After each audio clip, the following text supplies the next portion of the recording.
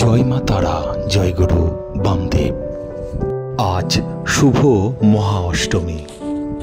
গল্পকথা তারাপীঠের পক্ষ থেকে সকল বন্ধু এবং তারামায়ের ভক্তদের জানায় আন্তরিক প্রীতি এবং শুভেচ্ছা। তারাপীঠে প্রাচীনকাল থেকেই দুর্গাষ্টমী পালিত হয়, যেখানে মা তারাকে দুর্গা রূপে পুজো করা হয়। আজকের এই বিশেষ দিনে ভক্তদের উন্নতির জন্য বিশেষ হোম যজ্ঞের আয়োজন হয়েছে। এই হোম যজ্ঞের অনুষ্ঠান অতি প্রাচীনকাল থেকেই প্রচলিত আছে, যা আজও হয়ে আসছে। তারামায়ের প্রত্যেক সেবায়িত বা পূজারীগণ ভক্তের উন্নতির জন্য এই হোম যজ্ঞের আয়োজন করে থাকে। আজও তার ব্যতিক্রম হয়নি। যে সমস্ত ভক্তগণ মহাষ্টমীতে তারাপীঠ মায়ের মন্দিরে উপস্থিত থাকতে পারে, তারা সরাসরি এই যজ্ঞে অংশগ্রহণ করতে পারে, এবং যারা উপস্থিত থাকতে পারে না, তারা নিজ নিজ পুরোহিতদের টাকা পাঠিয়ে এই পুজোতে অংশগ্রহণ করে থাকে।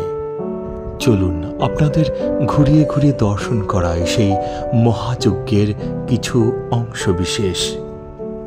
প্রথমেই আজ আমি সকাল সকাল স্নান সেরে মন্দিরে পৌঁছে গেছি এবং তারামায়ের ভক্ত অর্থাৎ আমার পরিচিত ভাই বোন বন্ধু বান্ধবদের নামে আনন্দময়ী তারামায়ের শ্রীচরণে পুজো নিবেদন করলাম। চলুন এবার দর্শন করায় মহাযজ্ঞ।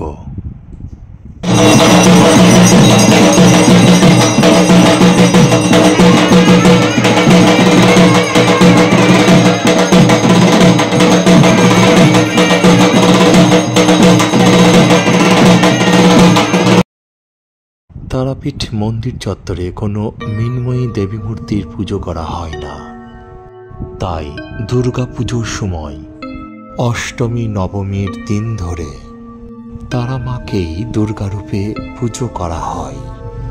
দুর্গাষ্টমীর দিনে তারামাকে বস্ত্র অর্পণ করার আজও প্রচলিত আছে। ভক্তরা মনে করেন যে এর মাধ্যমে তারা শান্তি, সুরক্ষা এবং তারামায়ের কৃপা লাভ করে থাকে। তো বন্ধুরা, সরাসরি দর্শন করুন তারামায়ের মন্দির প্রাঙ্গণে এই মহান হোম যজ্ঞ। কথিত আছে, অষ্টমীর এই মহা হোম যজ্ঞে অংশগ্রহণ করতে পারলে অথবা দর্শন করলে মনুষ্য জীবনের মহা পাপের বোঝা কিছুটা হলেও কম